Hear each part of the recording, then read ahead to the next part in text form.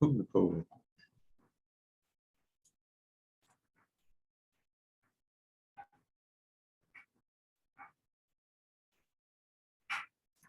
Hey, what's up, everybody? This is DJ with TouchPix. We're about to get started.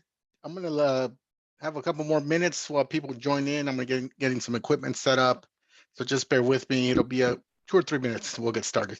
Thanks.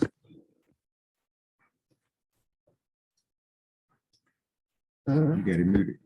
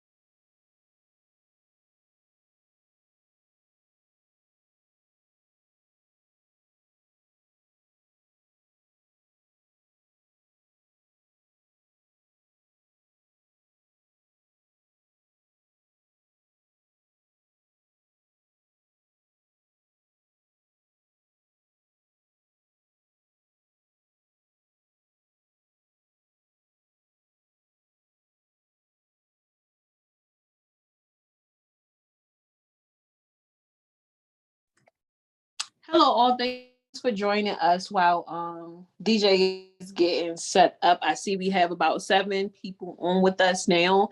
If anyone wants to go ahead and unmute their line and maybe share with us where you're from, you know, how long you've been in the business, what side of the business you're on, whether it's 360 or photo booth, and what kind of devices you're using and what you're looking for to learn from the webinar today.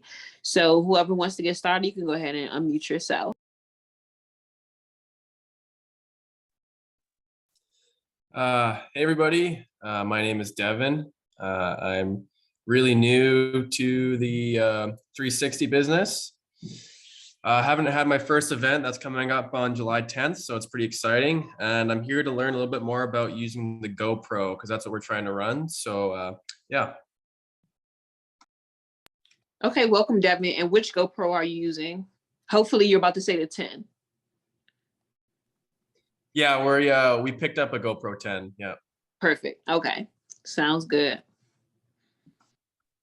Anyone else want to chime in? Yeah, my name is Sonny. I've been in the business now probably a few months old, and I'll be doing my 5th or 4th event this coming Sunday. And just want to learn more about these new features about the wired GoPro, you know, and I wanted to know, I have some couple of questions I need to ask too. Okay, I joined a little bit late. I don't know if DJ gave a overview. I'm not sure what we're going to cover this evening, but last week's webinar was a full webinar on the wire GoPro option. But if the group stays small, like it is, we'll definitely probably try to find some time to answer those wire GoPro questions. Definitely. Thank you for joining us. You're welcome. Can I chime in one more time? Do they have that one recorded? Can we have access to those recorded webinar?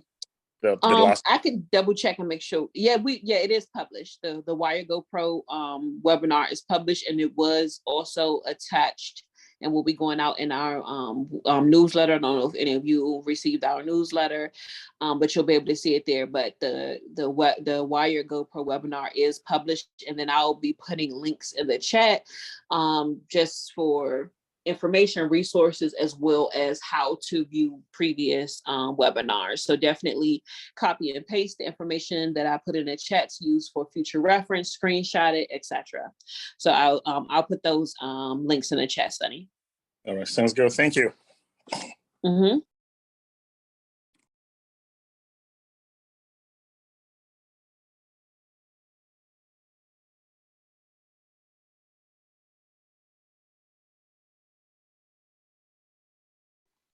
Hey, what's up, everybody? This is DJ. I just need 2 more minutes and we should be up and going. I know you guys were doing some intros. I'm kind of overhearing what the chatter's about, but I just want to welcome everybody to the webinar. Getting some equipment set up, how to rewire some stuff, and of course, my router got booted down, so working off of MiFi today, and hopefully everything will be up and running soon. Just typing in my credentials in all my devices. But we shouldn't have any more hiccups after this delay. I want to welcome everybody for joining this TouchPix webinar. This is, it looks like it's a pretty small webinar today. It's about 8. Typically we have, at least 20 or somewhere around that ballpark. But if it's 8, we can definitely, just probably deal with some more hands-on issues. I'm not sure how many people are brand new. Not sure how many people require a full webinar today. If you require a full webinar today, type in the number 5 in the chat.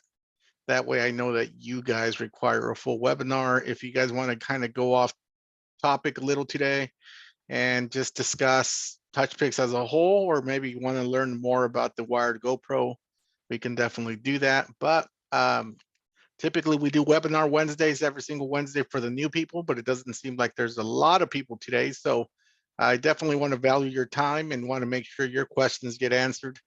So, just let me know in the chat. What do you guys feel like doing today?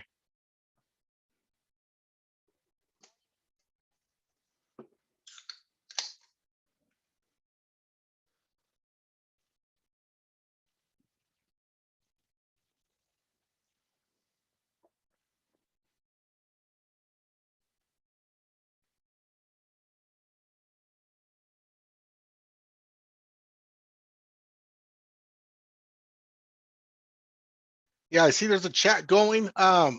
If you're new, type 1, type 2 if you want to go over the wired GoPro, type 3 if you just want to open it up for topics today. We can definitely do that.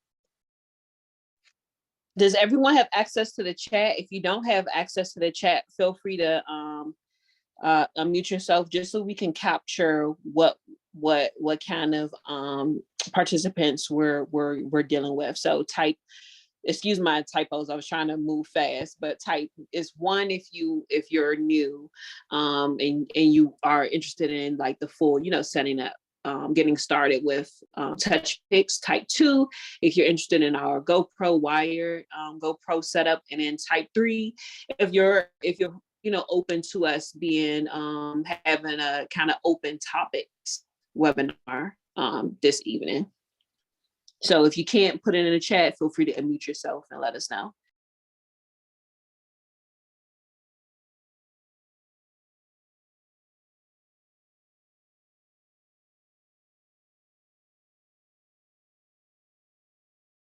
All right. So it looks Well, I don't know like if anybody, I guess nobody else wants to chime in. So it looks like no. we're going with GoPro, wired GoPro, and open the topics. All right. So look, if you're brand new to TouchPix and you definitely want to know how to do a setup, I think maybe Tia can plug in a link from the last webinar, which is a complete setup for a wired GoPro. I'll do a kind of a quick, how should I do this? I'm going to do a quick recap on the app, what it takes to operate the app. I'm not going to go into great detail in setting up the event. I think that's pretty self-explanatory once you reach my YouTube video, because I go step by step, right? If you follow along and you open up any of my recordings, I will go step by step. There is absolutely not much of a difference with a iPhone setup to a GoPro setup. The only difference is the GoPro requires a few added steps towards the end to activate the GoPro. I think now we're trying to focus on specifically the wired GoPro, so that there hasn't been a lot of content with that. We have great news coming forth. Nothing that I can probably disclose today, but I think next week will be a different, a different time to disclose some great news with the GoPro. A lot of people will be excited. I will say that it has to do with the wired GoPro connection and the GoPro 10 specifically. So if you're on the fence about getting a GoPro, I do highly recommend that you guys check out the GoPro website. They're having a great deal right now with the GoPro 10s. I think they're down as low as $349. And I think that's going to be a pretty standard GoPro that we are going to recommend moving forward, just based on speed, capabilities, and some new stuff that we are not ready to disclose yet, but soon we'll disclose in the next coming days. I think some news will drop next Monday or so. But other than that, definitely want to take some time and really describe what TouchPix is, how it works, and what you get for your subscription, right? I do get a lot of questions out in our Facebook group. If you're not in our Facebook group, that's a huge resource. We do have a Facebook group called TouchPix User Group. The admin, the developer is actually the admin. We on the support team, myself, DJ, Tia, amongst others, are moderators. If you have anything related to the software, anything related to TouchPix, feel free to post it on the group. It does get monitored. I will say stuff does get by us where we won't see it, just so much activity. But in the event that you guys need some immediate attention, call the support line or just feel free to tag any of us, and we'll see if we can prioritize that request. But if it's support related, I definitely would recommend you guys contact support. So TouchPix is now launching a 24/7 support. I think the only day we are officially closed, I think there may be 2 days that we are officially closed, which will be Thanksgiving and Christmas. I think outside of that, we've been pretty standard operating procedures. We will have somebody on the lines manning the support lines. Right now, we're doing the soft opening for the 24/7 support. We typically ran support 7 days a week from 10 a.m. to 7 p.m. Central Standard Time. Our team just expanded to another degree, another level, and we do have a lot of people on our team now. So we're going to be trying out the 24/7 support stuff. So if you guys have questions, call the support line. You'll get somebody that will pick up the phone, or we'll call you back within a time limit, and we'll get all your concerns addressed. So that's kind of what you get with TouchPix. You get somebody that's really knowledgeable about their software. You'll get the response if needed.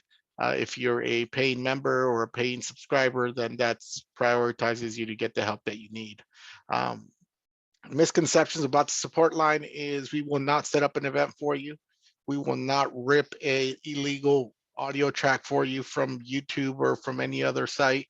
We will tell you how to do certain things, but nothing illegal, right? We have a brand to really prioritize over, and we don't want to get sued. We don't want to be in any legal battles. So we'll show you how to do things the right way.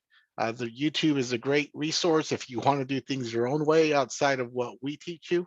And I think you can find mostly anything on YouTube as far as how you create an MP3, how you create graphics, things of that nature. So let's get started with TouchPix. And TouchPix is an iOS app. It's not compatible with Android. It's only compatible with iOS devices. The devices that TouchPix is compatible with is or any devices that are capable of loading the latest iOS 15, right? I think it's probably now 7th generation iPads, maybe even, let's go with 7 and above. I think 6 was a standard before, but things are, technology moves quick. Before I was recommending the Apple TV 3rd generation. Now it's, I would always say stay up to date, get the newest device you can afford. So with that being said, TouchPix is iOS based only. It works with Apple iPhones. We recommend 11, 12, or 13. It does not matter what model or what subset. I know there's a mini, basic, Pro, and Pro Max. So any of those will do the job as long as it's 11, 12, or 13. It will work with older devices like the iPhone, was it X or XR? You know, performance may vary. Obviously, those older devices are going to be compromised based on quality. It doesn't have the ultra wide lens. It doesn't have the, in some cases, it doesn't have the 120 frames per second slow motion recording capabilities. So that's why we recommend 11, 12, or 13. As far as GoPro devices, it's currently compatible with anything above a 7, 8, 9, 10. Of course, we're going to be now highlighting the GoPro 10. It's a very affordable camera now. It's much cheaper than an iPhone or much cheaper than an iPad in certain situations, and the quality is amazing. You know, GoPro's having a promo. It's $349 for a GoPro 10. You know, I think that's a great deal. So we're going to be recommending GoPros as well. We're also compatible with DSLR cameras, right? So when it comes to DSLR cameras, we do have a compatibility list on our website. But right off the bat, we are going to be recommending the Canon M50. That's the camera that, you know, we select based on quality. Of course, it'll take higher end cameras like the R5, R6, you know, but at that price point, you know, I'm not sure I'd feel comfortable putting a camera of that value on a spinner. It's a great camera for photography or videography, but for a spinner, I think that's a little overkill. So I think the M50 or M200 will be fine. As far as Nikons, you can see in our compatibility list what's compatible. You know, the output is really preference, right? You're going to see output from an iPhone look great. You're going to see the output from a GoPro look, you know, great as well. And DSLR brings a variety of lenses into the mix, so you can kind of get a custom or a creative look with the DSLR lens, if that's what you're looking for. GoPro 10 has more of a fisheye approach, like their wide lens as well, but it's just a different type of lens. So, you know, it's whatever you feel more comfortable with. By no way are we trying to get you strictly on Apple or GoPro or DSLR. You figure out what works best for you, right? And that's when our group kind of comes in handy, because you can see what other people in the industry are using outside of just a normal iPhone or iPad, right? So we're going to get started. As you can see, I think you guys can see my screen. It's just my iPhone. So real quick, before we go into the GoPro connection, I'm just going to explain how TouchPix works and what TouchPix is. Like I said, it's an iOS app. You grab it from the Apple App Store. I'm going to hit some highlights. So this is your TouchPix app here. You download it first. It's a free app. It doesn't cost money to download. So after you download, a couple things I want to point out that's very important. A lot of people operate off a Apple ID, right? When you get an iOS device, perhaps you have an iPhone that belongs to you for personal use. Now you're trying to venture into 360 or photo booth market, and you're picking up some iOS devices, and somebody said, hey, use TouchPix, right? It's super easy to use, and all you need is a phone of some sort or an iPad. That's true. It's super easy to use, and all you do need is an iPhone or an iPad. However, when you're picking up a new device, what you want to look into is hopefully you set up a Apple ID account that's related to your business. The reason I say this is because we get calls every week on the support line from people who purchased a phone. They put it on their personal Apple ID, and now they're sending attendants out to do events, and they don't want the attendants to have access to their personal information like pictures, data, or in some cases billing information. So we always recommend start with a Apple ID that's going to be geared to your business. You can create one. Go into the settings tab of your device, and once you go into the settings tab of that specific device, at the very top, you're going to see the name of my specific company, right? I'm not only a employee for TouchPix, but I also own a little multi-op here in California. Focuses on photo booths and some DJ services on the side. So I named this specific device because I use it. You can see it's on airplane mode here, meaning that I don't have an active line going through it. It's just Wi-Fi from the phone, but I use it just for my business. So if I tap on the tap rectangle, you're going to see that this email address here is something that I created a long time ago just for my iOS devices. It's my Apple ID. So that Apple ID is something that you need to register with TouchPix, right? If you're gonna get a new Apple ID, what you need to do is come to the bottom here and sign out and create a new Apple ID on the web browser. That way, when you're sending your attendance out, you're logged into an Apple ID that belongs to a business, right? And all your business iOS devices should be on the same Apple ID. It will alleviate a lot of headaches. So once you're here, there is a tab here that's called subscriptions. And you're going to see some other stuff in my subscription tab because I use this for a bunch of different things. So you're going to see the subscriptions tab and what I've used and what I've used in the past. What you're going to find is this is where you cancel your subscriptions. Okay. TouchPix is kind of one of those apps that it's a multi-purpose app. So what you get with TouchPix is not only get photo booth services, you get 360 services, and it's just a jam-packed application. Originally, it was designed for photo booths. Obviously, it took off with the 360 functions, but it's still a full-on photo booth software. Later, hopefully, we can do more webinars on the photo booth side because I think it's an untapped potential for a lot of users. If you purchase a subscription, this is where you go in and cancel your subscription. You can hit any of these subscriptions that you currently own, right? And you can tap it and then it'll say cancel. In this case, it's my Hulu. It'll say cancel, where it says cancel free trial, it'll say cancel subscription. TouchPix is a subscription-based app, right? The app, you get it from, when you get it from the App Store, like I'm gonna open it now. Since I just reinstalled it, it's asking me for permissions. This only happens when you reinstall, and you hit the subscriptions tab right here below. It'll give you a price point, right? The price point on the top is the weekly subscription, 7 days, meaning that if I were to activate it tonight, 8:30 Eastern time, it'll expire next Wednesday at 8:30 Eastern time.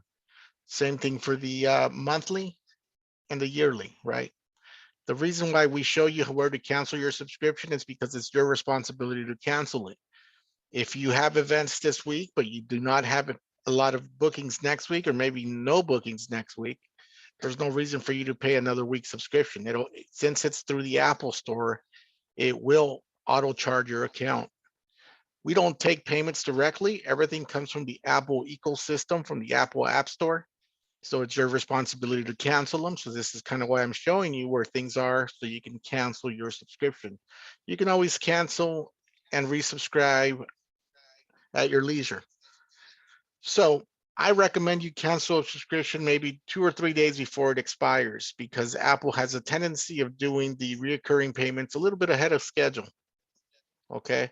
If you cancel 2 or 3 days before it expires, it doesn't mean that you're going to short yourself 3 or 4 days. It just means that the auto payment's not going to renew. So hopefully that makes sense. So why do we have 3 plans? Well, some people are very new to the business and are just kind of kicking the tires to see if they can really have a thriving 360 business, and probably are not well established and maybe need a week subscription to try things out, right? By no means should this fee be coming out of your pocket. This should all be incorporated in your business plan, and should be a portion of this should be taken care of from your rental fee, right, in your contract. Same thing with the monthly, and same thing with the yearly. As you can see, the longer you come with us, there's a little bit of a discount, on the back end. Our software does go on sale about 2 or 3 times a year. Black Friday is certainly one of those times. February for the Photo Booth Expo is another time, and just last June we had a trade show event in the Chicago area, and we tend to drop the price on the yearly only. So the yearly only becomes, you get a $200 coupon, which is $7.99 in-app purchase. And what we have, we have a white label subscription. White label subscription is regular $1,200 and it goes to $9.99. So the difference between a white label subscription and the in-app subscription is that the white label subscription will allow any iOS device to scan into an active event that belongs to a white label subscriber, right? So it's important that if you have a, if you have a TouchPix account, that all your devices to that TouchPix account are under the same Apple ID. If you have the basic in-app subscription, which is this one here. But if you have a white label, those other devices don't necessarily need to have the same Apple ID. The reason behind that is a white label subscription is kind of made for established businesses to not lose 360 bookings. If you get a call and they say, hey, look, I need you on July 9th. We really want to book your service, and you're going to be like, you know what, my service is already booked, and I already have too many bookings that day. Instead of you turning away the business, what you can do is partner up with a local possible competitor that you have a good relationship with, that you feel has the same output quality as you do. And there's money still to be made between both of you, right? You can create the event. It is your client. You're going to subcontract it to your competitor at whatever price you guys agree upon. And all you simply have to do is set up the event, shoot him the QR code, and away he goes to run that event. And it's a win-win for everybody. Okay. That's kind of a white label. It does take a lot of trust. A lot of the established photo boothers or 360 operators do that consistently on a consistent basis. There's people that operate out of California all the way in New York and vice versa, based on white label relationships. So something to keep in mind, kind of food for thought as you start going into this type of business, and hopefully that'll make a little bit more sense for you the further you inquire about it. So I'm going to go back here and basically touch on these real quick. And the 360 spinner, it'll just set you up with a sample event. It's asking me for permissions again. This is it's essential. You give permissions to the app because it stores everything on the phone temporarily while you're running your event. And this is a quick little test that you can actually do on your own. It'll let you test the app and so forth, right? So pretty standard. Once you're ready to move on from this, you hit exit event, and you can actually test out a photo booth event as well, right? So as you can see, the bottom, it has photos, boomerangs, videos, GIFs, and slow-mo. And it'll let you test it. On the test mode, it won't let you do a print job. It won't let you do a text or email. The text or email costs money. I think the print may be something that we're gonna allow people to do that, where they can test their printers shortly. But other than that, it's the full test. It's watermarked. It's just for you to kind of get a good feel for how the software works. The software is, like I said, iOS based, and the majority of the software setup is done online. If you want to see further on how it's set up online, please follow the link that Tia posted on the chat, and it's going to go strictly into how to create an event from the web browser.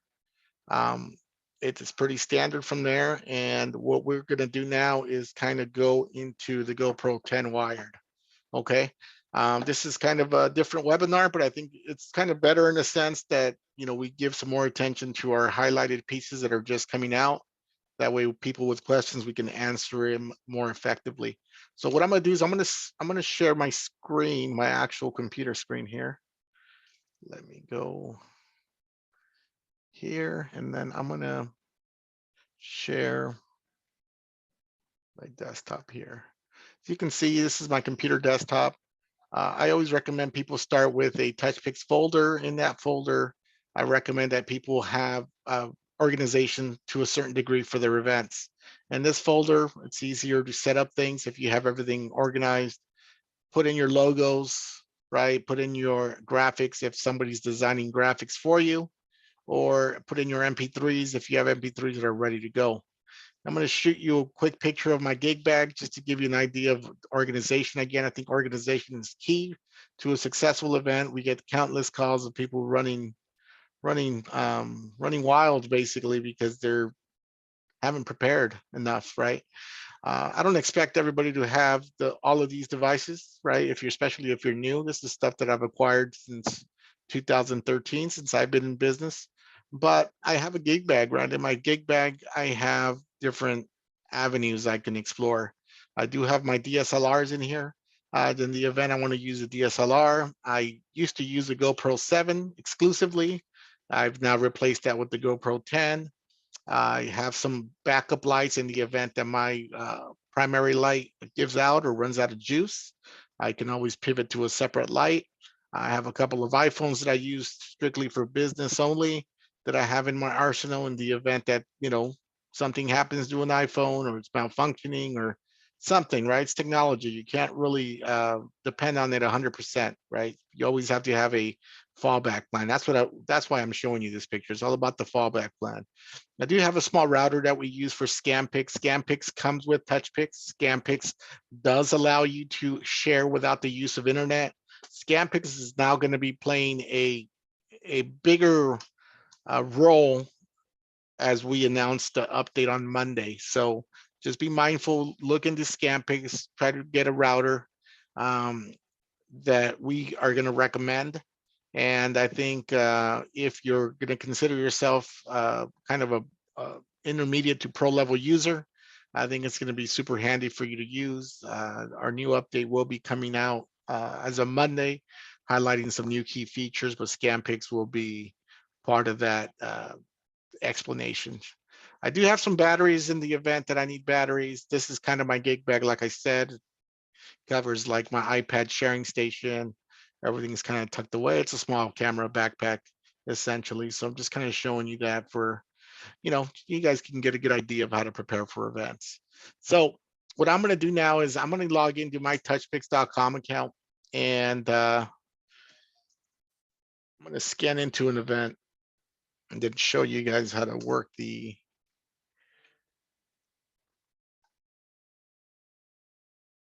give me one quick second here. Okay, so if you guys can see this here, this is the this is our website. You're going to click on login in the top right hand corner. If you don't have a login account, you're going to need to register with your name, last name. And again, important that you register with the Apple ID that you want to use moving forward. That's going to be the key piece here.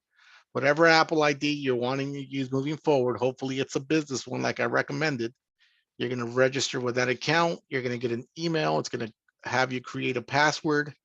And that's how you're going to log in, right? So once you log in, it's going to take you to our dashboard and I'm going to click on events. Under events, these are all the events that we ran. And just so you can get a good sense, under these events, we can either create a new event or we can go to an old event and see what is kind of going on. As you can see, I have a lot of these events active. You don't have to close them. As long as you upload the content, everything is going to live in your gallery, right? So you know, again, you don't have to close any of that. What you can do is, you know, you can view galleries. Galleries are going to stay there for about a year, right? So you can get a good sense of what the galleries look like. This is not a gallery. This is just what you see internally. If you want to deliver a gallery to a customer, they're going to see something like this when you give it to them. This is what your customer is going to see, and hopefully you apply your logos in the background. That way they can see something a little bit more professional looking and kind of going from there, right? They can actually play the gallery and they can see how that looks, right? So that's just a sample gallery that we have. What I'm going to go into now is scanning an event, and we're going to try to do a GoPro connection here. So what I'm going to do is exit this gallery. The reason I brought up gallery is when you click on public gallery, it gives you this URL. You can cut and paste this, and this is what you're going to deliver to your client. Your client's going to get this web page that's hosted by TouchPix. All of this is included in your subscription, right? No additional fees, and it gets stored there for up to a year. So you have a year to download the content. You can email the link or just download the zip file, and you'll get all of the files as you move forward, right? Yeah, any questions on that part so far? All right. So let's go over to events. I think I might have an event already open. Let me just confirm. 1259. I have this event open here on one of my iPads. So since the event is open, in the event that I needed to scan a new event, I can always click on QR code, right? And what I'm going to do, just so I can show you, I'm going to do this real quick off one of my practice devices here.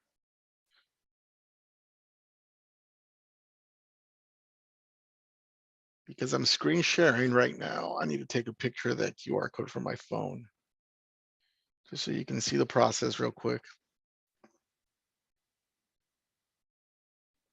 And I just wanted to remind everyone to make sure that you're paying attention to the chat. I'm putting a lot of resources in the chat. Make sure you copy, paste, screenshot, etc. for future reference.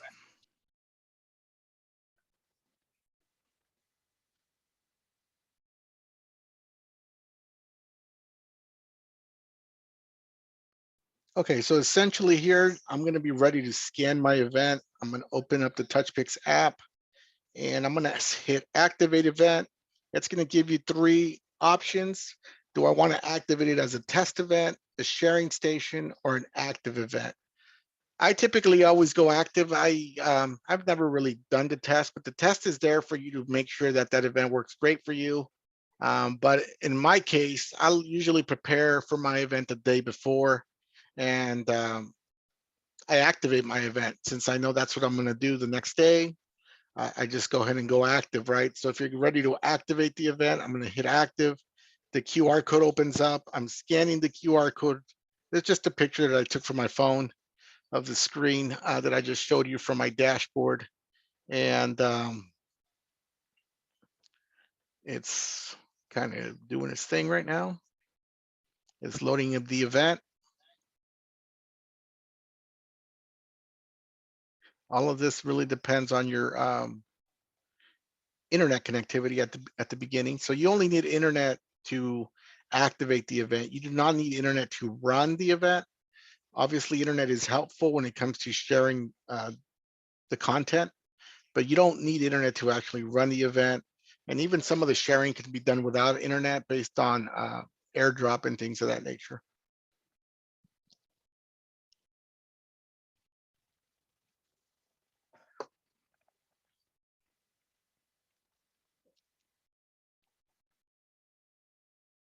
I tapped on OK, give me a little alert because I do have like the Apple TV that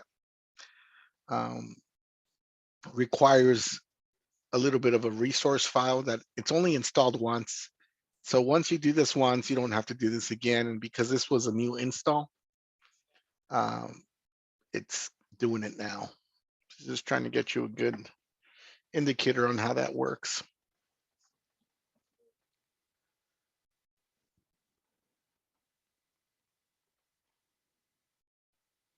So I'm gonna let it go and do the install, but before I move anywhere else, I'm gonna go ahead and just, let it do its thing. And then there's a couple key places where I just want you guys to focus on as far as the video effects and how to load effects and things like that. We're just kind of skipping to the good parts instead of following through the long webinar.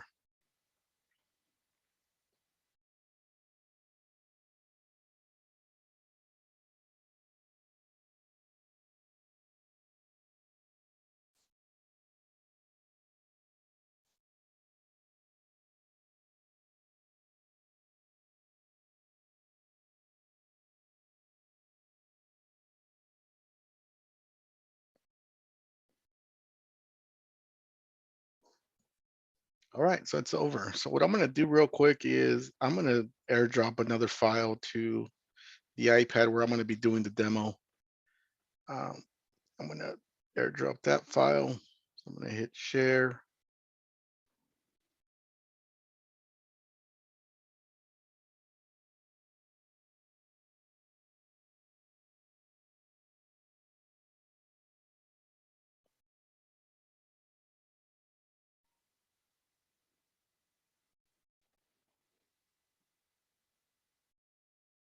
And I just airdropped it to a specific device that I have here where I'm gonna be doing the demo on. Okay.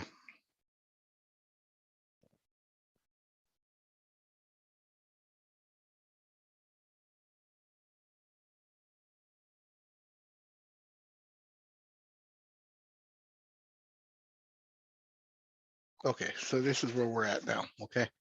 So I'm going to show you now. I'm going to just turn on my camera. That way you guys can see everything here. And I'll be using a different device to show the demo of what is needed here. Okay, so this is my camera here. So important for people that are considering the GoPro 10, there's a couple things that we are going to recommend straight off the bat.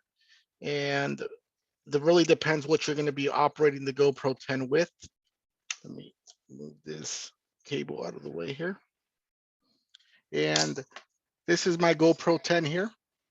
I'm going to run it off this iPad mini. If you have a GoPro 10 and you want to run it off a iPhone, you can totally do that. However, the recommended dongle will look like this, and it needs to be this one. It can't be the other Apple dongle that has a charging pass-through. It has to be this Lightning to USB 3 adapter made by Apple. We've tried different dongles. I've tried numerous dongles. I have a duffel bag full of non-Apple dongles just to see if I found the magic one that was knocked off by someone that sells it on Amazon. And all of them were failures when it comes to the iPhone, right? It only works with a specific Apple dongle here. It needs to be the Apple one original, Lightning to USB 3 without the charge through for the iPhone, okay? This is the only one that will work, right? The other ones will fail and they'll have an error message.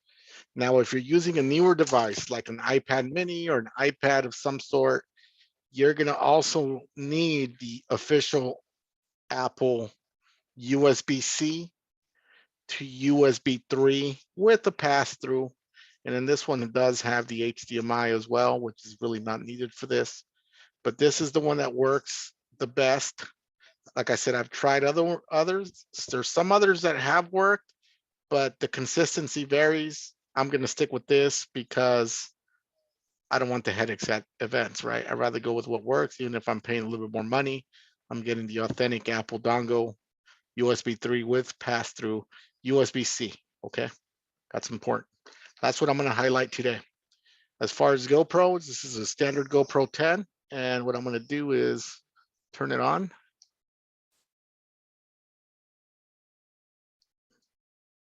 Maybe you got to reboot the battery. Give me a sec here. It was charging a little while ago. Let me just make sure I take off the battery because the light stayed on. Looks like something happened there. So yeah, so those are the devices that we are going to recommend currently. Yeah, they're a little bit more pricey, but it's just we're doing most of the testing for you. That way you're not spending money or having to troubleshoot some stuff out at your events. So we're going to just recommend what's been working for us. And, you know, that's kind of the way it goes sometimes is you pay a little bit more for the authentic stuff, but you have that peace of mind that it's absolutely the best device for the money there. Give me 1 second here. You guys have any questions on that so far? While I fumble through this battery here. All right. DJ, how do you get the consistent power when you use the wired one with the iPhone? Because it doesn't have a pass-through. Yeah, so you get the consistent power by using a battery. Typically, we would recommend the use of no battery when you're doing wireless, right? But yeah, but the consistent power now, there is a battery in there. If you're using an iPad mini or an iPad, the actual pass-through charges it, right? But if you're using an iPhone, believe it or not, the iPhone does charge the battery to a certain degree. I wouldn't say charge, but it keeps it. The charger lightning bolt does come on the actual camera. It does come off during the record process. So it looks like during the record process, the camera is requesting a little bit more power than what the iPhone can give it. but there Okay. is a consistent trickle charge, I would say, that Trickle is that is applied. So be mindful of that. Be mindful of possibly, turning down your screen brightness. That way, you can conserve as much energy if you're using an iPhone from not having the screen so bright. But it should work fine. Okay. Yeah. All right. I just wanted to add an added note that the development team is currently will be testing some wireless charging methods, because we know that has come up a lot with the iPhone users because the adapter doesn't have that charging pass through, and the GoPro stays charged based off of the battery of the iPhone, so it's draining the iPhone battery. So the development team will be in the upcoming week testing some wireless charging methods, specifically for the iPhone option. Okay. All right. Sounds good. Yeah. And all right. Sounds good. All right, here we go. So I was able to get the battery off and I just reinserted it. It looked like it had froze there. So this is kind of where we're at now. There's the GoPro. Took the battery out, put it back in, powered it on. I connected the USB-C cable on that end, but it's not connected on this other end. So just because I'm limited to my handles right now, I'm trying to make everything as easy as possible. So again, if you look at the GoPro, it's already set to 1080p, 120. Our software recommends that you actually remove the stabilization. Remove it due to the fact that it provides a inconsistent jump during the boomerang that kind of looks shaky during that part of the video. And we found that the stabilization on the GoPro is what causes it. Our development team is looking into it further, but as of now, even if you remove the stabilization, you still get a great image. So let's start with the GoPro connection. This is the iPad that I will be using, right? What I'm going to do now is the other end of the USB cable. I'm just going to go ahead and plug it in to the dongle, but it's not going to be plugged into the iPad yet, right? It's just plugged into the dongle, put it aside. I'm going to disconnect my iPad mini from its charger, right? And what I'm going to do is I'm going to open up TouchPix. Well, let's go back here. I'm going to go open up the GoPro app. But before I do that, I'm going to put the GoPro on the GoPro connection setting, which is scroll down to the left, preferences. Once you get to preferences, go to connect device and hit GoPro Quick App. Okay. Once it's on the GoPro Quick App, you're going to toggle over to your iOS device. In this case, open up the Quick App. And I'm going to hit activate or connect to camera. Connect GoPro. You see it says connection successful. I'm going to go ahead and try to enable the preview.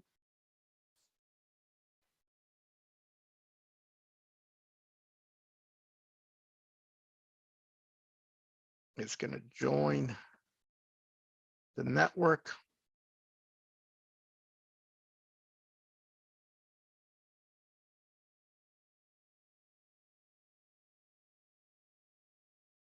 So it's giving me the live view that my GoPro can see. I'm going to wave my hand in front of it. That way you guys can see. Okay. So once you get the live view, I'm going to minimize it. To minimize it, you just drag it with your finger and toggle over to the TouchPix app. Okay. This is what is in the track screen. You don't need to use in the track screen, but that's the animation that comes in front. If you tap the screen, you'll see the GoPro controls. You're going to go up here to the menu. You're going to tap on menu, go into the camera settings, right? And make sure you hit GoPro and then hit connect to GoPro.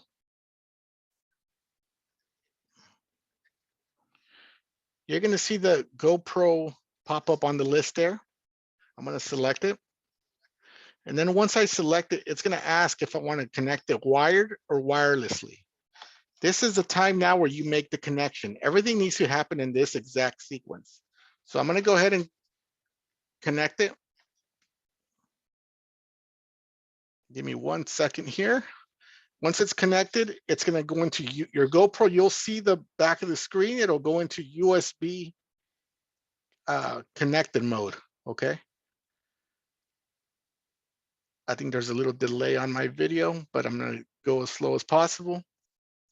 Once you see the USB connected mode, now you're going to hit wired GoPro, and it now connected. It's that quick, that simple, that easy.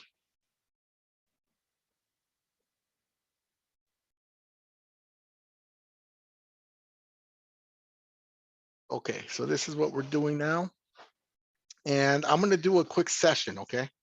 So before I do a session, I want to explain the effects to a certain degree. I loaded an event, and I'm going to go into the settings again. And then I'm going to toggle over to where it says video effects. In this settings here, let me see if I can focus. I've attached music, I've attached a video effect, and I've attached a animated overlay. That's alpha, right? So the way you do that is you hit add effect, you pick your effect, right? Like so, you pick whatever effect you want, whatever you land on, you hit done. Once you have an effect that you want to adjust, you're just going to tap on the effect, and it's going to give you a timeline below where you can adjust where you want to drop that specific effect. If you leave it by default, it will apply it on its entire video. And you don't want that. You just want that effect in a single or a specific portion. I'm going to go back and now do a quick little test, right? I'm going to have the GoPro in my hand, and I'm going to see if I can move it around a little bit. I'm going to hit slow-mo. You hear the GoPro start recording. 3, 2, 1. It's now recording. I'm just going to move it here real quick. And as you can see, it's done recording, and now it's already started processing the file. So it's already adjusting, adding boomerangs. It is going to adjust, it's combining files, applying the filter, and it should be done momentarily. I am using an animated overlay, which takes just a couple extra seconds, but it should be done now. It's applying the audio, and you can see the animated overlay being used.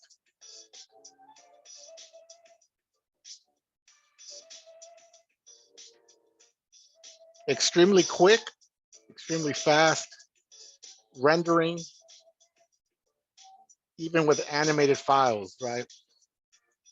I just wanted to share that with you guys. And I'll let you guys actually download the content real quick. Hoping my internet is good enough for that right now. So this is the QR code. If you guys want to scan that from home and see that for yourself, you guys can do so. I'm going to go ahead and leave it up there for about 5 more seconds. Just scan it with your camera app, and you should be able to download that specific file.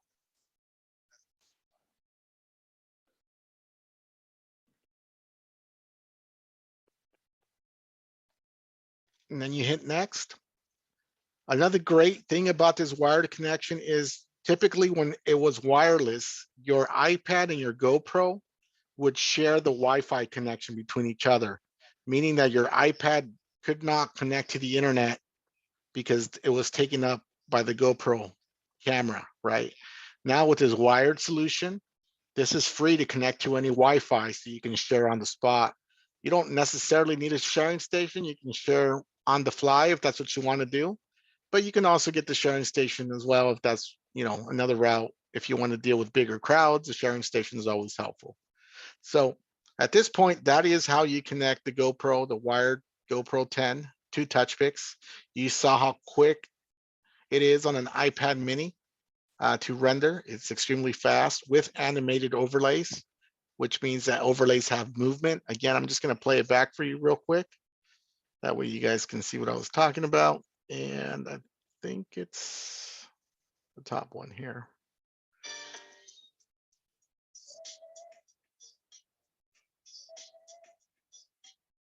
Those are the effects that are added.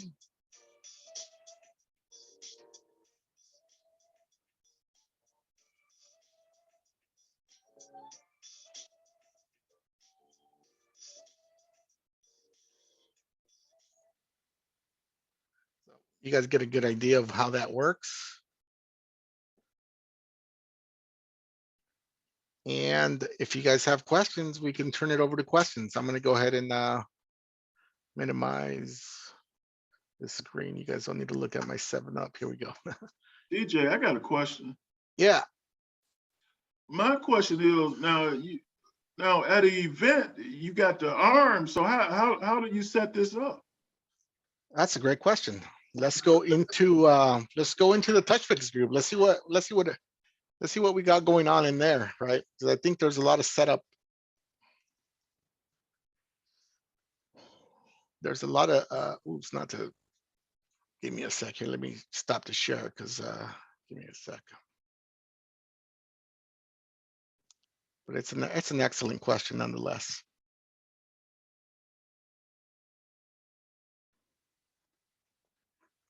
So I don't know what type of spinner people are using. I know that we work with any spinner brand out there. It's mainly what you have. I know, for the show we use an OrcaView spinner. I don't expect everybody to own an OrcaView spinner. I know there's a lot of different kind of spinners out there. It really depends what you have and what you own.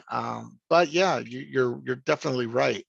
I'm using an iPad mini in the sense that I think for me, it makes the most sense. It's not much bigger than an iPhone.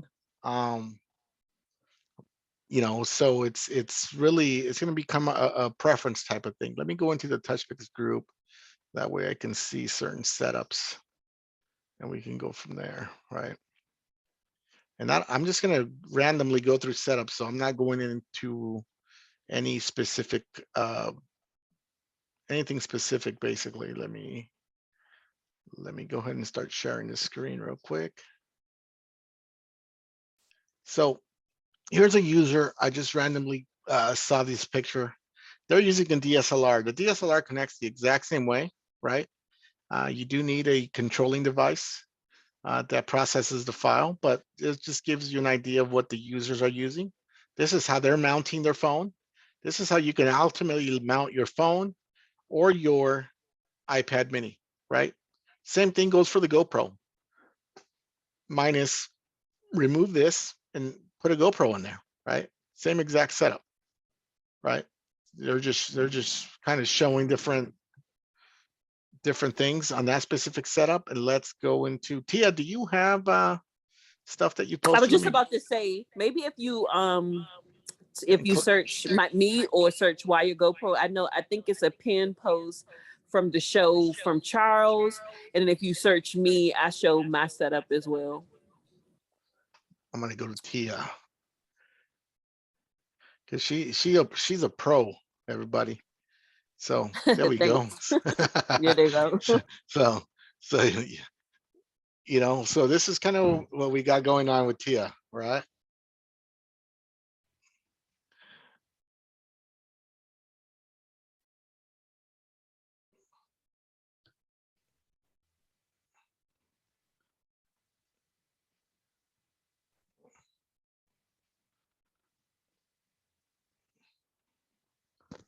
And there's a picture also on that post to show the setup. Yeah, so you can see, right? She's really a pro with her stuff. It looks phenomenal. You might want to go into the group yourself. My bandwidth is not the best right now, so I don't know how it's coming out on your end.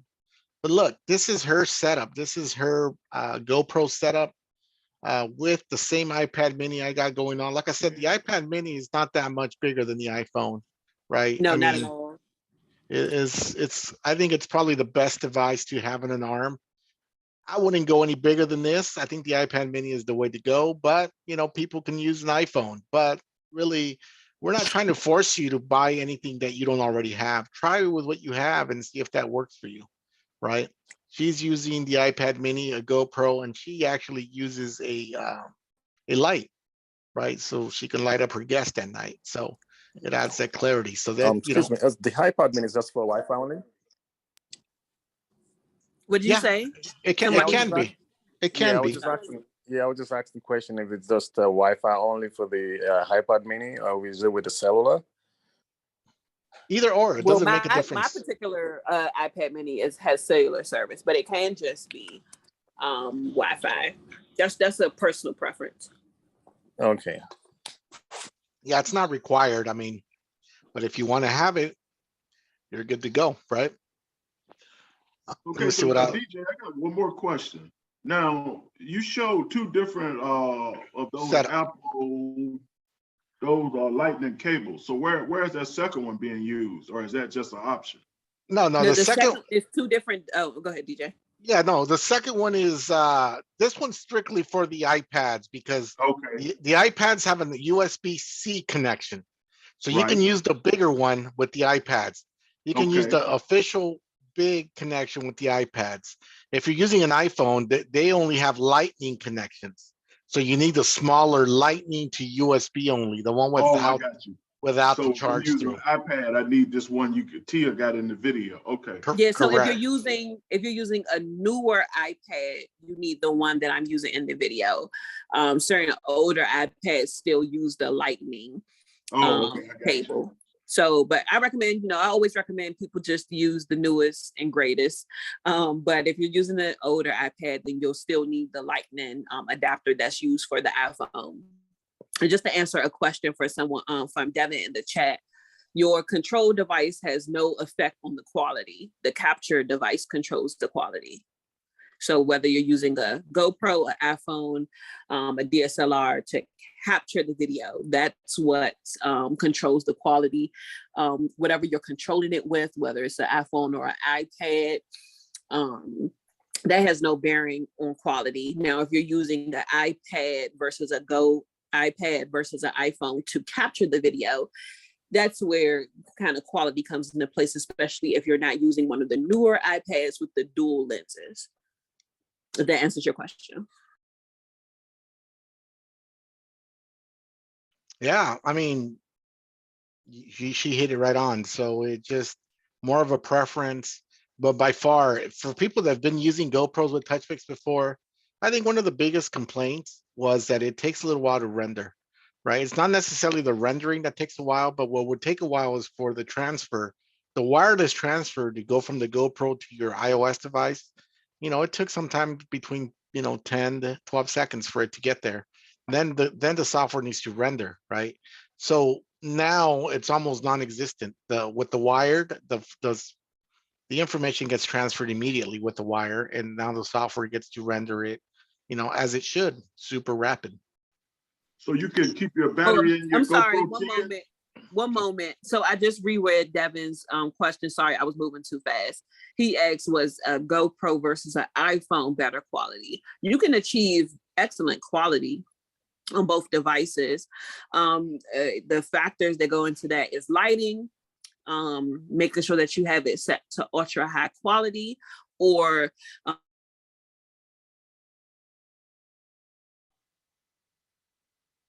impression, but that creates a larger file size. So you want to make sure that your internet is strong enough, your sharing capabilities can handle a file size that great. My preference, my go-to is the GoPro or DSLR.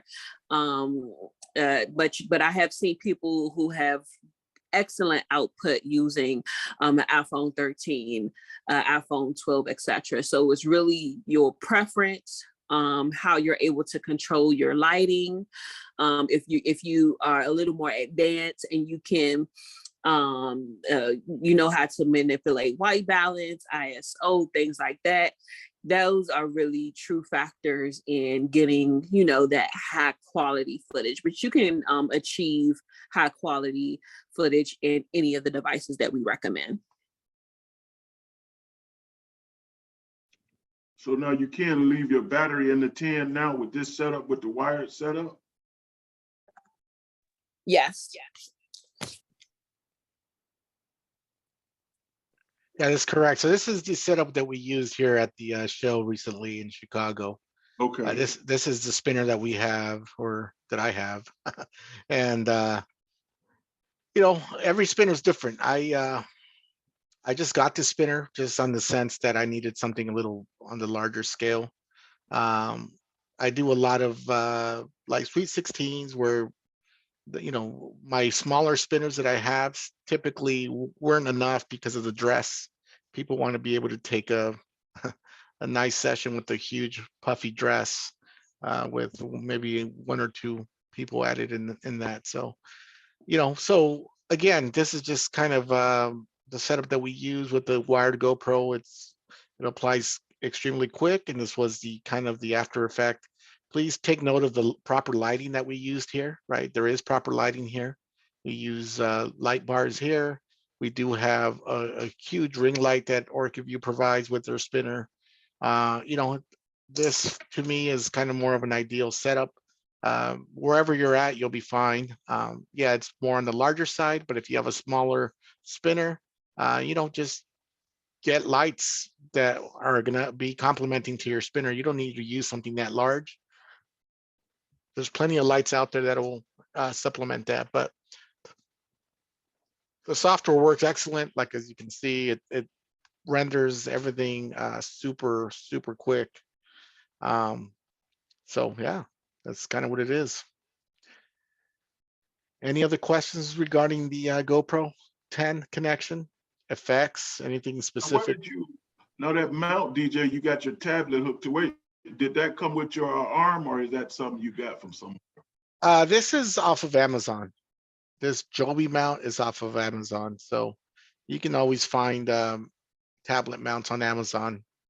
I think the ring light here does come with OrcaView. They have a specific ring light that they use for their spinners. Everything is battery operated with that specific spinner, but the mounts for iPhones or tablets, you can get those off of Amazon. I got a question for you guys. Sure. Could you go over like the ideal settings on the GoPro, like for when you're filming on the 360? Like, I know you said turn off the stabilization and whatnot, but is there anything else? For right now, what I would recommend is that you stick with 1080, 1080p, which is high definition, and 120 frames per second. You do have an option for 240. We find that 120 frames per second is ideal because the 240 can be a little sensitive to light flickering if you don't have the proper LEDs, and it is a little bit more resource intense. So the majority of our software, we operate off of 120. And I would like to go into that a little bit further, but what I would recommend is just kind of stay tuned, because we're going to drop a pretty big announcement next week that's going to change not necessarily what I said, because that would be our recommended settings, but we're stepping it up in a huge way. I can't really disclose too much info right now, but we're going to be stepping up the quality in a huge, huge way. I got a question, DJ. Okay, go ahead. Yeah. Sorry. Okay. I got a question. I know in the TouchPix Talks, you do have an option to connect to Google Drive and Dropbox. Does that, what's the function of that? So again, that's this is what the function is, but it's also gonna be part of this new release scheme that we're having for next week. So the function for Dropbox is right now, when you close your event, you're done with your event. Right now, you only have access to your output files with the overlay, right? That's done online. The Dropbox and Google function give you the original content without the overlays. That way you can use the original content for promotional purposes later for marketing and things of that nature. So you'll have both. You'll have the output and you'll have the original content that's also uploaded on your Dropbox account. Okay, good. The reason I was asking that question is the photo booth. I have a photo booth from a separate company that I use, and they just enable the photo booth for us to be able to use as a sharing station, which you can use with third party and also 360. And some of the things you have to do is to connect, to connect that booth to a Dropbox and create a kind of a watch folder. So that's the reason I would just want to know how the both works together. So Yeah, so this I mean, one's not designed to work that way because this is all done post, right? I do understand what you're okay, trying to do is create a watch folder on the fly using Dropbox. Unfortunately, we locked our system for that specific reason because then there's going to be other apps that are going to try to kind of come in and utilize our files improperly. And right now, we're just using Dropbox and Google Drive to give you access post event to your original files, but it can't work as a drop folder or like on the fly gallery type of thing. okay, gotcha. So there's not, so there will be no overlay, all the things. It's just gonna be like a raw file from Correct. your device, just been saved into the okay. All right, Correct. okay, got that. Sorry, my second question is this. I know we do have in TouchPix, we do have access to do photo booth and the 360. Can we use that simultaneously at the same time? Like, let's say you have photo booth and then you have 360. How does that work? Can you use it simultaneously, or you just have to use one each? After. Well, yeah, I mean that's a good question. And I don't think it's a new question. That's something that's been asked before. So you got to look at it this way. So if you are at an event and you're charging your client for 360 services, Mhm. don't give away your photo booth services just because you're able to do it, right? It's always that's something that we always try to teach all our users is to be able to upcharge for certain things. But you're definitely able to also add photo booth services if you add those experiences into it. Just kind of you have to manage your own workflow. The GoPro does take pictures. If you add a photo booth side to things, the GoPro by itself will toggle from slow-mo video to photo mode, and it'll take pictures. Or if you're using an iPad, or an iPhone, it'll toggle from what needs to be video onto the photo section. You can use it that way. It will work. However, you got to practice on how that workflow is going to work for you realistically. But my Okay. recommendation is just upcharge and don't throw it in just because it offers it or it has it. It should be something that you're going to be getting a little bit more income for. Okay. The reason why I asked that question is that I kind of have a ring roamer that is gonna be mainly on photo booth. So I've not really tested this. I'm just want to ask if I'm actually doing a 360, which is gonna be on the 360 spinner, and I also have a ring roamer. Do I have to get get another service on that, or can I use both? No, That's my question. Yeah. this is here. This is our ring roamer in action here. So we our software is not just 360. It's also for photo booths, and you can use it on multiple devices. So if you have multiple devices, you're going to create maybe one event for 360, and your second event is going to be for ring roaming, right? So you can Okay. you can do it that way, and they will all work at once. If you have 20 devices, you can activate all 20 at once. We're not going to take one extra cent from you. This is what Oh the wow. difference is between our software and most in the industry is that our fees are flat fees. Other software may start you off a little lower, but they're going to want more money from you as you activate more events, right? There's no other software that can actually do what TouchPix is doing, because Yeah, I've taken all of them. So you get more bang for your money using TouchPix, because I know that. for And sure. we didn't pay him to say that. We didn't pay him to say that.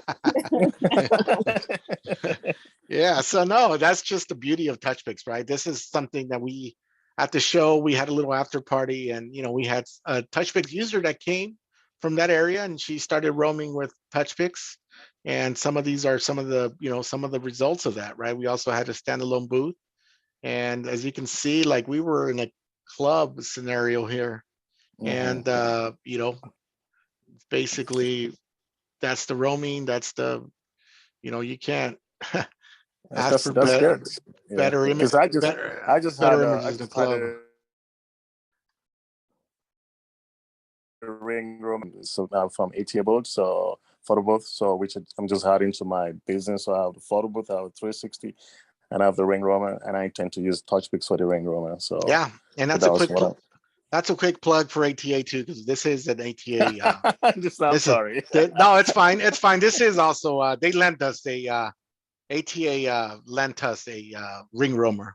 So yeah, Okay. we're super grateful because they're collaborative like that. So they'll send us a photo booth here and there. But yeah, for sure. We work with so many different manufacturers, but in this case, you just highlighted somebody who sponsored our event.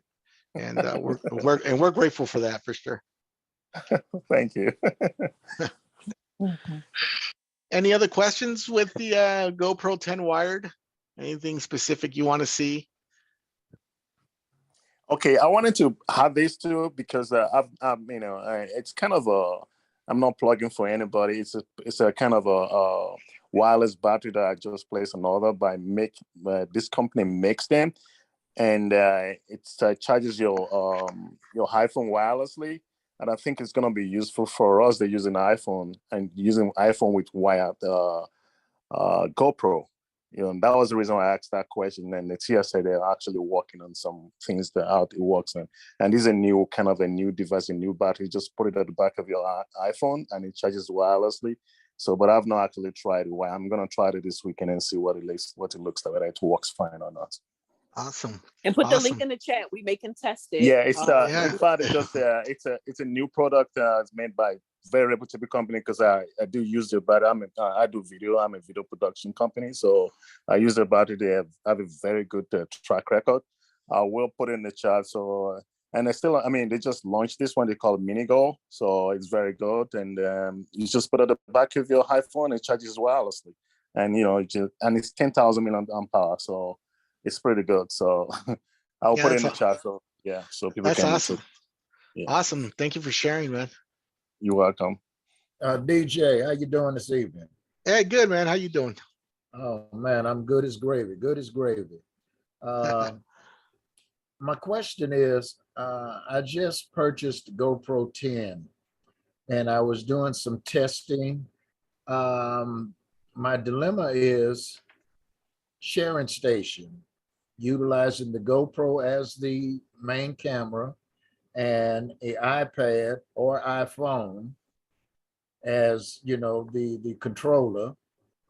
But then with the Apple TV, I noticed, and I have an Orca 360 Air, the 46. When I go into the motion of setting the ring up and the ring goes around and around and around, I noticed that it doesn't stop automatically like it did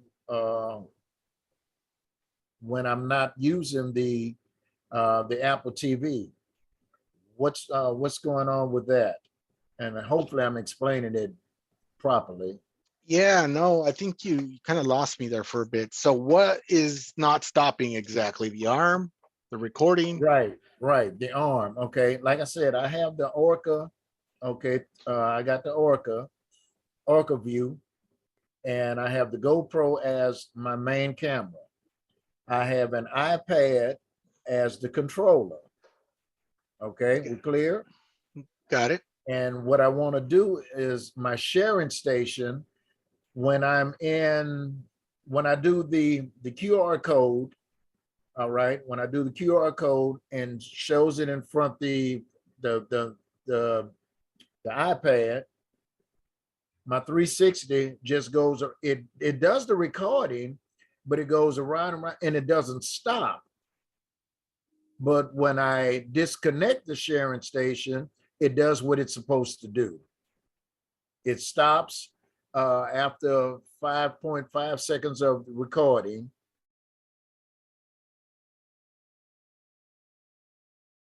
But again, when I use the sharing station, it doesn't stop. It just keep going round and round and round until I manually stop it.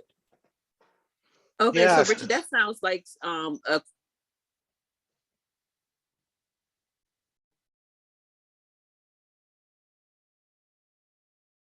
question, get a little more understanding of what's going on. So it sounds like you're using you have your platform connected to the TouchPix app via Bluetooth so that it can stop and start your spinner. And what you're saying is when it's connected to the TV, it doesn't do that automatic stop portion, correct? Exactly. Yeah, so give us a call in support so that we can get a few more questions, and it may be something that we need to bump up to in your explanation. But that's definitely something that we will explore further on the support line versus the webinar. Okay. Yeah, I think that's an interesting scenario for sure. I'd like to explore that a little bit further through the developer. Being and shall I go back to the old way? And I mean, not the old way, but go back to not using the sharing station, because if I don't use the sharing station, it works fine, perfectly. But, I mean, it's up to you, 100.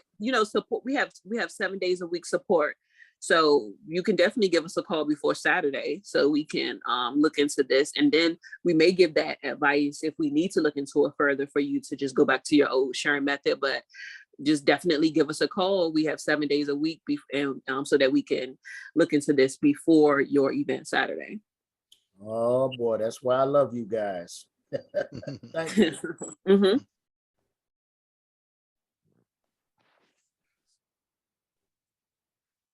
And I like them glasses too, whoever this is. That's me. Thanks.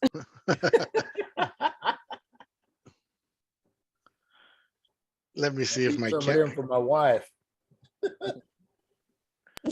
All right now. Let me see if my camera's cooperating here. I'm trying to just go over this last step with you guys that I think it's pretty important. Okay, here we go. I just connected again. So what I'm going to go through just the sharing station connection, and then if you guys have any further questions, just let me know. As it comes up. So I'm going to go ahead and turn on my camera real quick. So this is an iPad, and this is a separate iPad from the iPad mini, right? So this iPad here, as you can see, it's already activated under sharing station mode. The way I activate it under sharing station mode is when I scan the QR code. If you guys remember, it gives me 3 choices: test, sharing station, or activate. And in this case, I scanned the QR code under sharing station mode. When I'm going to place my device on sharing mode, I make sure that I first go over to the settings of my iPad. And under settings, I go over, sorry, got a bad glare there. I go over to general. From general, I go over to airdrop. And for airdrop, I make sure that it's selected where it says everyone, okay? After that, I go back. Then I go over to display and brightness, which is right below general. And then I go over to auto lock. And from auto lock, I make sure it's set to never, okay? And that prevents your iPad from falling asleep. And the connection will be much more stable under sharing station mode. I open up TouchPix. Once I open up TouchPix, I go up from my iPad again. I go up where it says gallery. I click on the little S on the top left-hand corner. It's a white S. And it's going to give me a couple of options. I'm going to hit activate receiver. This will be the receiving device. And whether this is an iPad mini or you're using an iPhone, you're going to be doing the same steps, right? You're going to go over to gallery, the S on the top, and you're going to hit activate sender. You should see the name of your iPad pop up. In my case, the name of my iPad popped up. And it's going to say success. You've connected. You're going to see that turn green. I'm going to hit OK. Now I come over to my iPad. That turned green, so that means that there's an active connection now between both of my devices.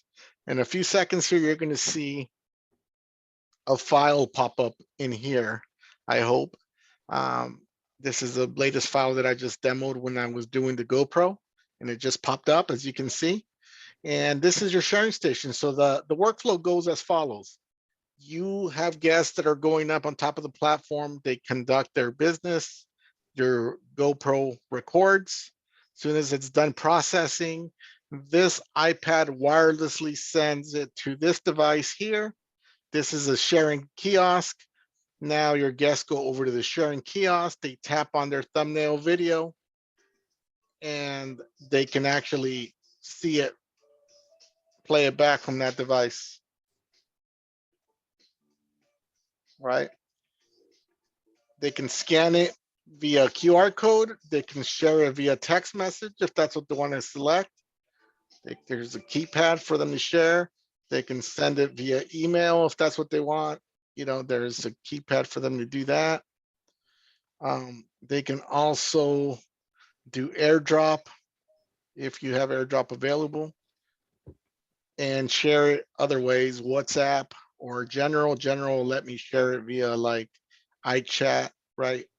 Or sometimes if you have Messenger or something unique, you can share it that way as well, right? So that's your sharing station in a nutshell. That's how it bounces from one device to another. So this is a quick little tip here that I'd like to give everybody.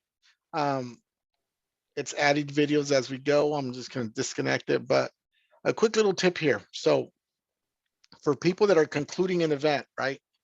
When you conclude an event and you have probably poor internet, and you've been using, for example, you've been using a sharing station like this, right? People have been walking up and punching in phone numbers or punching in email addresses, and you don't know if they're sending or not because the internet's not great. This is a good thing what you can do. I'm going to disable the sharing station real quick. I'm going to go up here. I went up here in the menu. You're going to see a little tab that's called Queue. Okay. I'm going to tap on Queue. And if you see green, that means everything uploaded onto the web gallery online, right? But if you see any of these on your right-hand side where it says SMS pending, email pending, anything that says pending means it has not sent, right? So this is the stuff that is going to send once your internet is connected to a good source, right? How do you know if your internet's connected to a good source? You're going to do a speed test, right? If you got to send them out again, you can hit or clear out any of the pending subcategories by hitting send out SMS or email, or even re-upload all files. So how are you going to know whether you have good internet or not, right? So again, in order for the sharing station to work, before I toggle away from it, the way these devices communicate is via Wi-Fi and Bluetooth. So make sure before connecting to your sharing station that on both your devices, your Wi-Fi is toggled to the on position and your Bluetooth is also to the on position, okay? They don't necessarily need to be connected to the internet.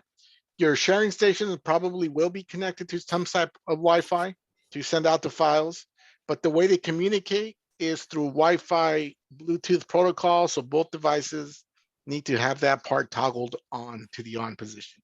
Okay, so I'm going to go over here now to kind of walk you through doing a quick speed test. If you don't know how to do a speed test, I'm going to show you a couple settings. And this is for the gentleman who also wanted the ideal settings for his probably GoPro. Once you install the software for the first time, I would say this: you install it where it says compression. It installs at medium quality compression. You want to make sure it's set to ultra high quality, right?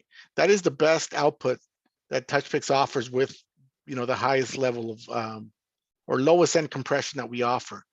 We do offer another method. If you see this green toggle on the top, right, you can actually eliminate the compression and basically work with raw images, right, without being compressed. It'll apply the overlay, and those are uncompressed files. But before I do that, it's going to ask me something, right? If I were to take off the compression and say I don't want it, it's telling me how important it is right? Because they are larger files and I have to make sure that I have adequate internet speeds for me to share that, right? So if you do that, I don't recommend you do that if you don't know what it is that you're doing, first of all. Second of all, I don't recommend you do that if you have low internet speeds. How do you figure out your internet speed? Well, it's this easy with TouchPix. We built everything into the app. So with that being said, you can see right here, it says network speed, and it has an onboard speed tester. So whatever network you're currently attached to, I'm going to go ahead and select the on position. And it's actually saying that it's going to test my network. And right now I'm connected to a hotspot.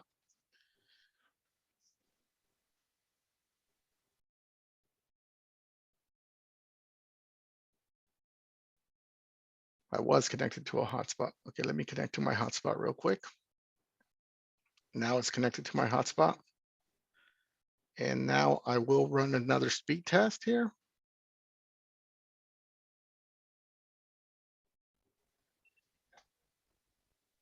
Here we go. So it's actually doing a speed test for me. This is something you should do before every event, because every venue is going to be different for you, right? Doesn't matter whether you have a hotspot or not. You know that hotspots are only as good as your provider, and they work off cell signals. So if you get good cell signal in certain areas, you might not get them in other areas. So make sure you always know what's going on with your devices and your speed. So it's telling me my upload speed is extremely low right now. It's 6.31. That's the bare minimum to share without with the compression applied. I will most likely not be able to share if I remove the compression whatsoever. That's an extremely low speed. I have a Verizon hotspot. Typically it's fast, but I'm doing multi things on the network with this screen share and doing the Zoom broadcast, so that can play a different factor. Typically I get about 25 upload, which is ideal. My download speeds are usually in the hundreds, but just so you guys can see, it doesn't matter if you have good service one day, the next day you can get hit with something limiting like this, and you're going to have some sharing issues. So I just wanted to share that because I think that's important for people to recognize. And I think that it also addresses a gentleman asking me about optimum settings for his camera, right? Does anybody have any more questions? DJ, I got one more question. So now Sure. when you use this wired option, now what, can you still do the slideshow, or can you now watch it from the monitor live? Yeah, you can definitely do the slideshow. I would recommend though, if you're doing a slideshow, you don't want to throw too many things for one device to process and start doing, right? If you're doing the slideshow, what I would recommend you do is do a slideshow from a sharing station device, right? Okay. So let me see if I can show you what that would look like. Here we go. So this is my sharing station device. If I open up TouchPix, right, I would do a slideshow from here, first of all.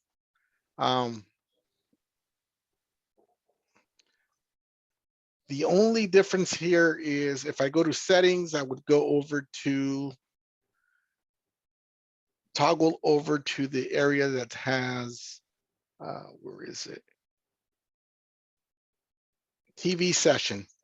Under TV session, you'll see your slideshow options. I would make sure slideshow always is clicked to the on position.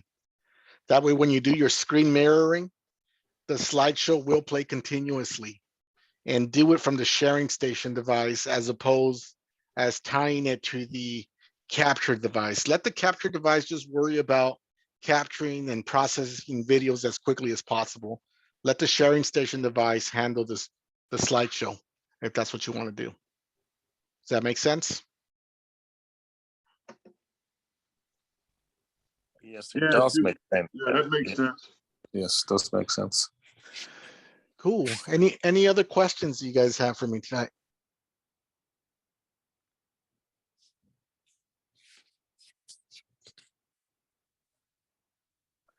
No, All sounds right. like a wrap.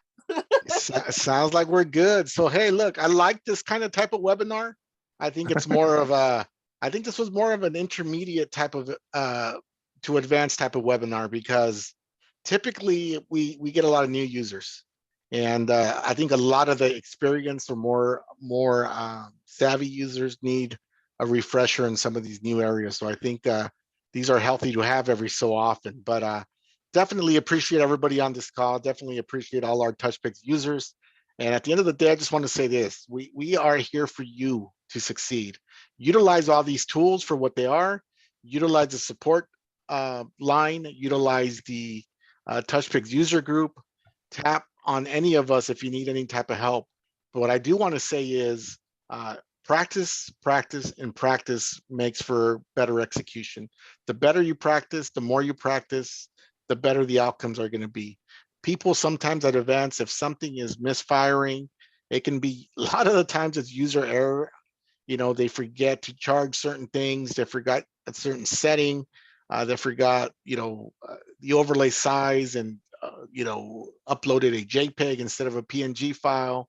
Those things we can help you online during the support time.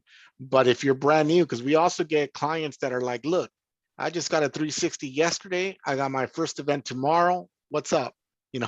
And, I always tell people, like, yes, it's an iOS app. Yes, it's easy, but you got to practice. That way, you know what you're doing when you get there. When you're taking somebody's money, it's a big deal. And you want to be able to be professional about it and show out with the most professional output possible. So with that being said, thank you guys for joining us. Thank you guys for following the webinars. If you guys want to jump in at a different webinar, we're here every Wednesday. Ti and I are on the support team. Feel free to reach out to any of us. And with that, we're out. Thank you. Have a great night. Thank you very much. Have a I good dropped one. the batteries. I don't know if you guys saw it. So Yes, thank you. you're welcome. Have a Thank you. good night. Thank you. Good night. Good night. Bye-bye. Bye-bye. Thank you.